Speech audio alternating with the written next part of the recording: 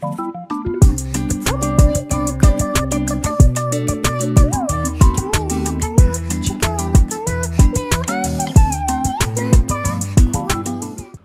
hari ini gue bakal bahas episode 23 dari Ultraman Blazar. Dan kali ini gue coba pakai facecam ya. Dan kenapa episode 22 itu gue skip? Karena menurut gue episodenya tuh kayak mana gitu ya. Kayak biasa aja gitu. Makanya gue skip, jadi gue langsung episode 23. Tapi gak cuma itu doang, karena gue kelihatannya kayak episode 22 itu filler doang. Makanya gue skip aja. Jadi gak pakai lama-lama lagi, langsung aja kita bahas episode 23-nya. Cerita diawali dengan Earthgarden sama Blazar ini yang lagi ngejar-ngejar Del Tandal. Dan setelah mereka itu berhasil ngalahin dua Del Tandal tersebut, mereka pun balik ke markas.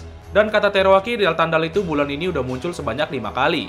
Setelah itu Gento balik setelah diperiksa sama dokter. Katanya sih suruh jangan maksain diri sama jangan kecapean. Tapi tiba-tiba Blazar ini ngendaliin tangannya Gento dan nonjok si Gento sampai pingsan.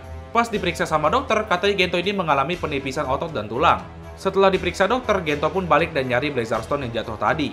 Dan alasan tadi si Blazar ini nonjok Gento itu supaya si Gento itu bisa istirahat. Di sisi lain, ada seseorang bernama Michi yang nunjukin foto kejadian aneh di luar angkasa kepada Amy.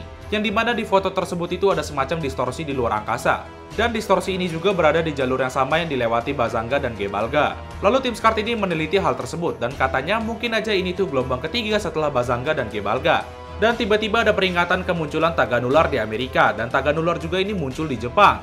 Lalu Gento nyuruh buat pakai Earthgarden buat 2, tapi anggota Scart ini nyuruh Gento diem aja di markas dan monitor mereka dari markas aja. Soalnya Gento kan di sini lagi kurang sehat juga. Dan katanya juga biar kayak kapten-kapten pada umumnya yang bantuin anggotanya itu dari markas. Setelah itu Earthgarden pun ngadepin Taganular, dan di markas Gento ini dapat laporan dari Amerika kalau ada kemunculan Taganular di sana dan mereka itu butuh bantuan.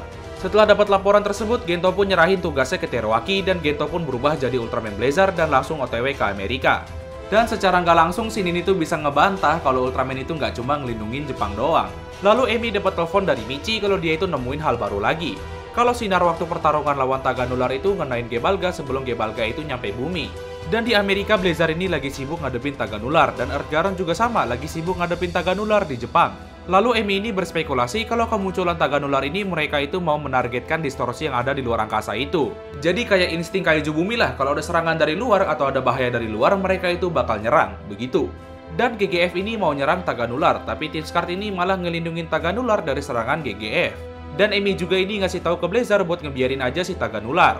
Blazar juga ini ngelindungin Taganular dari serangan GGF. Setelah tembakan dari Taganular ini mengenai distorsi tersebut, tembakan Taganular ini balik lagi ke bumi dan ngebunuh Taganular.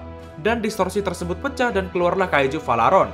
Lalu GGF ini kecewa sama Scart ya, karena mereka itu ngegagalin operasi dari GGF. Tapi di sini Retsu Haruno mau tanggung jawab atas kelakuannya tim Scart dan episode kali ini pun selesai. Jadi menurut gue episode kali ini tuh lumayan menarik dan udah mendekati akhir juga dari series Ultraman Blazar ini. Dan apakah si Retsu Haruno ini bakal jadi baik? Soalnya kan tadi dia itu mau tanggung jawab atas kelakuannya tim Scart gitu ya. Jadi sampai di sini dulu aja buat video kali ini. Dan buat kalian yang belum like sama subscribe, boleh di like sama subscribe buat channel ini dan sampai jumpa kembali di video selanjutnya.